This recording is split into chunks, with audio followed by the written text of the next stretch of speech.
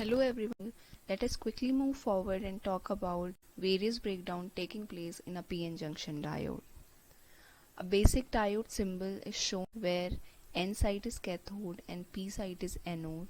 This is how a diode looks like, where this band, silver band is N side and black portion is P side. This is a diode current equation which depends on reverse saturation current I0, diode voltage Vd, N is material constant and Vt is thermal voltage. Usually in a PN junction diode, just by changing the doping concentration of P and N type, various breakdown can be seen and they have their own applications. First breakdown we will be talking about is avalanche breakdown. Here its doping concentration is low, so its depletion width is wide. As we can see from the relation here, doping concentration is inversely proportional to width. Due to this, the carrier movement across the diode is completely prohibited. Only if we apply some biasing, the current will start flowing. But avalanche diode usually work in reverse breakdown voltage. Let us see how it works.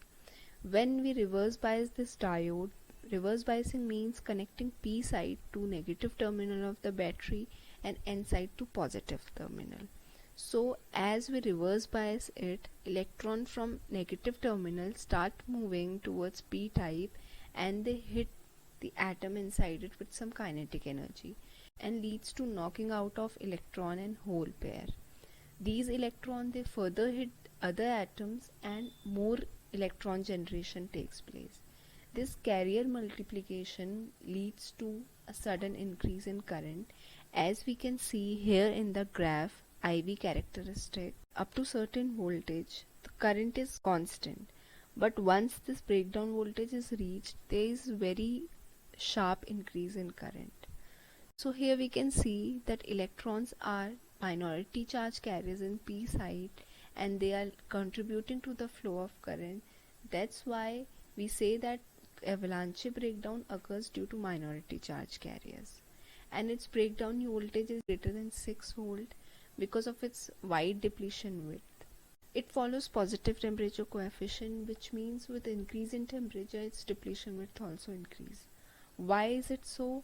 Because as temperature increase, the vibration also increase the atom and an electron, so it does not hit the atom with that impact, and due to this increase in current is achieved at later breakdown voltage. Its second property is its non-reversibility, which means that once a breakdown is reached there is no going back, because in the chain reaction we don't know the beginning of it. So even if we remove the biasing, there is absolutely no chance that it go back to its original form. So that's why avalanche diode gets damaged once it reaches breakdown voltage. This is chain reaction shown here, where we can see how a single electron can lead to generation of multiple electron. Its application is that it used for protection of circuit against unwanted voltages. Because of the carrier multiplication, noise is generated within the circuit, and this noise can be used in radio equipment and as a source of RF for antenna analyzers. Second diode is Zener diode. This is a diode symbol. It has usually high doping in comparison to avalanche diode, so its depletion width is also narrower and its breakdown voltage is less than 6 volt. As we can see here in the IV characteristic, avalanche effect takes at later breakdown voltage than Zener effect. Now according to this relation, this is electric field and we can see how E is inversely proportional to depletion width. So with narrower depletion width, its electric field is quite high. Due to high electric field, covalent bond get easily broken in depletion region, which leads to generation of electron and hole pair. These carriers they contribute to the sudden increase in current and Zener breakdown takes place.